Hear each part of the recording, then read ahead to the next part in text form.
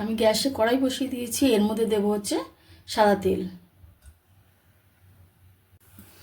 একঘেয়েমি মাংসের ঝোল তো খেতে ভালো লাগে না, তাই একটু অন্যরকমভাবে করার চেষ্টা করছি।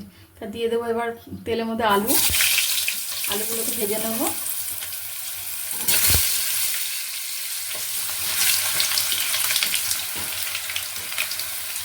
এবার এর মধ্যে অ্যাড করবো লবণ আর দেবো সামান্য হলুদ।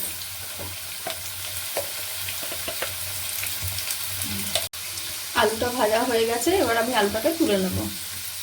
আমি মাংসগুলো দিয়ে দেবো, মাংসগুলো ভেজে তুলে রাখবো। আবার এইভাবে যদি মাংসটা ভেজে করা যায় তাহলে কিন্তু এর স্বাদটা পুরোপুরি অন্যরকম হয়। বেশি ভাজতে হবে না, অল্প এপিট ওপিট করে ভেজে তুলে রাখবো। মাংসটা ভাজা হয়ে গেছে, এবার এই মাংসটাকে তুলে নেব। দেখো মাংস থেকে কতটা জল বেরিয়েছে। এই তেলের মধ্যে মাংসের ফ্লেভারটাও কিন্তু আছে। এবার এর মধ্যে আমি ফোড়ন দেবো হচ্ছে সামান্য ঘি। এর মধ্যে দেবো হচ্ছে আমি দুটো কুচনো রসুন,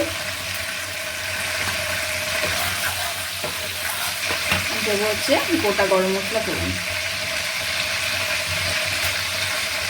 লবঙ্গ, দারচিনি, এলাচ।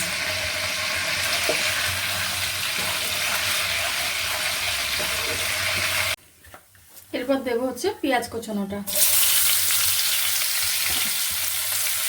বড় একটা পেঁয়াজ কুচিয়ে রেখেছি, পেঁয়াজ কুচনো দিয়ে দিলাম।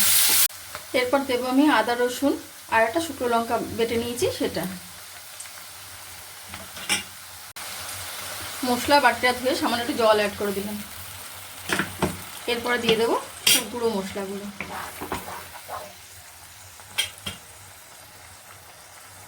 যেমন কালারের জন্য দেবো হচ্ছে হলুদ, ধনে গুঁড়ো,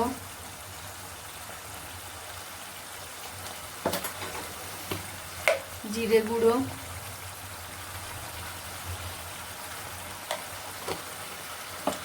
লবণ। এবার অ্যাড করবো এর মধ্যে টক দই।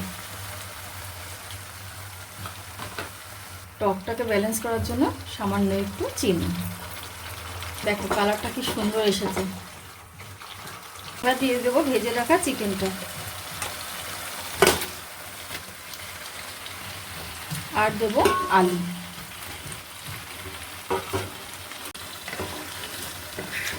5 মিনিটের জন্য ঢাকা দিয়ে একটু কষে নেব।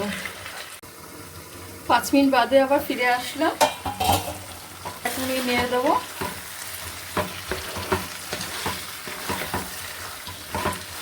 ঢাকা দিয়ে দিয়ে কষে নেব এটাকে। যত কষা হবে এটা স্বাদ ততটাই বেড়ে যাবে। আমার এটা কষানো হয়ে গেছে, এবার আমি এর মধ্যে একটু গরম জল অ্যাড করব। গরম জলটাকে আগের থেকে আমি গরম করে রেখেছি।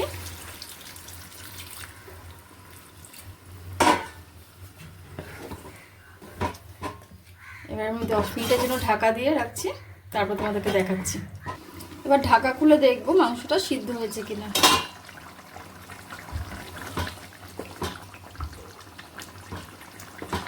মাংসটা সিদ্ধ হয়ে গেছে। এর মধ্যে অ্যাড করব একটু গরম মশলা। তৈরি হয়ে গেল আমার আলু দিয়ে মুরগির ঝোল। ভালো লেগে থাকলে একটা লাইক, কমেন্ট, শেয়ার করতে ভুলো না। আর আমার পেজটাকে ফলো করার জন্য সাবস্ক্রাইব করে দিও।